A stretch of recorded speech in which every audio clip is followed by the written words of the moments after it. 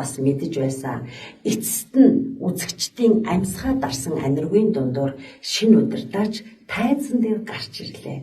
Гэрийн даалгавраа хийлгүй ирээд багшид дуудагдан самбрын өмнө гарч байгаа сурагч шиг итгэлгүйхэн удирдаачийнхаа давтсан дээр гарч зогслоо. Агшин зурд Ремерейтийн өөртөө итгэлгүй байдал солигдож асар шийдэмгий агаад мэрэгжлийн төвшний гарын хөдөлгөөн нь бүхнийг алмайр болгонхан тоглолт эхэллээ. Оркестр яг л амьдралынхаа сүүлчийн тоглолтыг хийж байгаа мэт хүчрхэг гүйцэтгэлийг толилуулсан ажээ. Энэ тоглолтоос хойш Ремерейтийн нэр хүнд цуурай мэт төгсөн.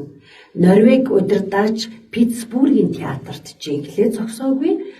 Балтимор, Итали, Милан, Германы, Мюнхен, Австрийн Вена зэрэг сонгодог урлагийн хамгийн том тайзууд дээр мөрөө үлдээсэн.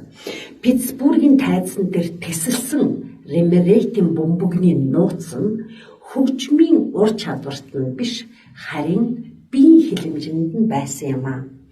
Үнэн хэрэгтээ түүний хөгжмөнтэй холбоотой гүйцэтгэл нь бусад удирдаачдаас төдийлөн хурд ялгархгүй байсан.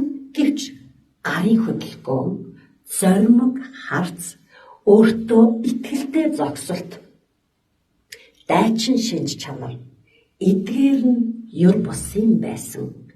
Үзэгчдийн шүүмжлэлт нүд, чих, энэ уран бүтээлчийг хэр зэрэг биднээс айж байна гэж төлхөө ажилдаг.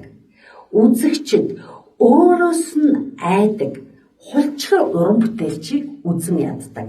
Нэгэнд уран бүтээлчийг хинээс ч айхгүй зоригтой нэгэн байна гэд хүлээгээд авчих юм бол үүнээс цааших алтаа дутагдлыг төдийлөн анзаарахгүй.